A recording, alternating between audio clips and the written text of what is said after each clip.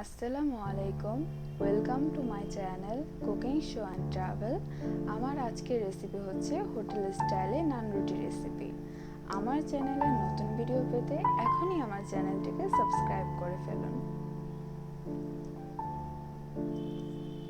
এখানে আমি 1 টিস্পুনের মতো ইস্ট নিয়েছি।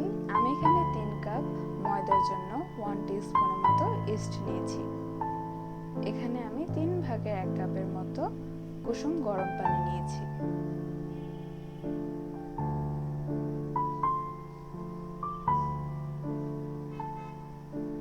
ওয়ান টিস্পুনের মতো চিনি দিয়ে দিলাম। চিনি দিলে ইস্টটা সহজেই ফুলে ওঠে। এখন এটাকে নাড়াচাড়া না করে 5 মিনিটের জন্য রেখে দেব। নাড়াচাড়া করলে ইস্টটা জমাট বেঁধে যেতে পারে।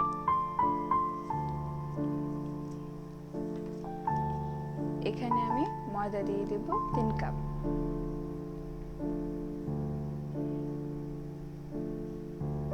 লবণ দিয়ে দিলাম 1 টিস্পুনের মতো। সয়াবিন তেল দিয়ে দিলাম 3 ভাগের 1 কাপ। দেখুন ইস্টটা কেমন ফুলে উঠেছে। এখন এর মধ্যে আমি ইস্ট দিয়ে দেব।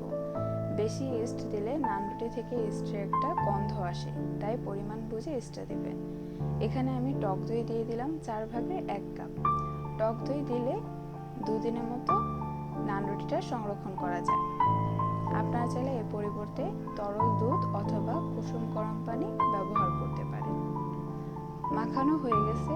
এখন এর মধ্যে আমি কুসুম গরম পানি দিয়ে দেব পরিমাণ মতো। মাখানো হয়ে গেছে। এখন এটাকে আধা ঘন্টার জন্য রেস্টে রেখে দেব। আধা ঘন্টা রেস্টে রাখার পর এটাকে এখন গোল আকৃতি দিয়ে ভাগ করে নেব। আমি এখানে 4টা ভাগ করে নিয়েছি।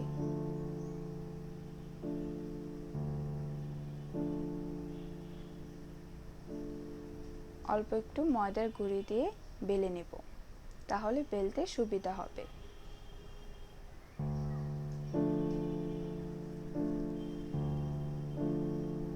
আমি রুটিটাকে সাধারণ রুটি থেকে হালকা মোটা করে বেলে নিয়েছি। আমি এরকম একটা পুরাতন অ্যালুমিনিয়ামের কড়াই নিয়েছি। অ্যালুমিনিয়ামের কড়াইয়ের সাহায্যে রুটিটা ভাজা যায় সহজে। এখন আমি এরকম একটা রুটির মধ্যে অল্প একটু লবণ পানি দিয়ে দেব।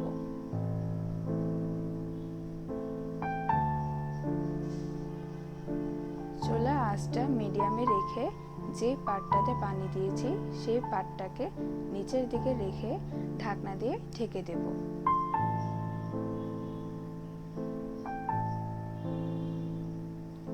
দেখুন রুটিটা কেমন ফুলে উঠছে।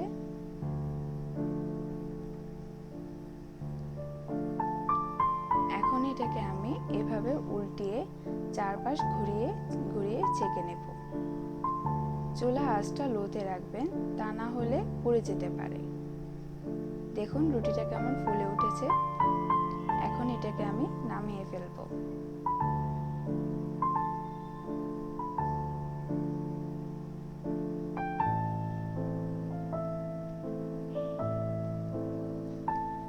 দেখুন রুটিগুলো কেমন ফুলকো হয়েছে আর পেছনের পাটটাও সুন্দর হয়েছে আর ভেতরটাও সফট হয়েছে। আশা করি আমার এই ভিডিওটি আপনাদের ভালো লাগবে। যদি ভালো লাগে তাহলে please subscribe, like, comment and share করতে ভুলবেন না। আর যারা সাবস্ক্রাইব করেছেন তাদেরকে অসংখ্য ধন্যবাদ।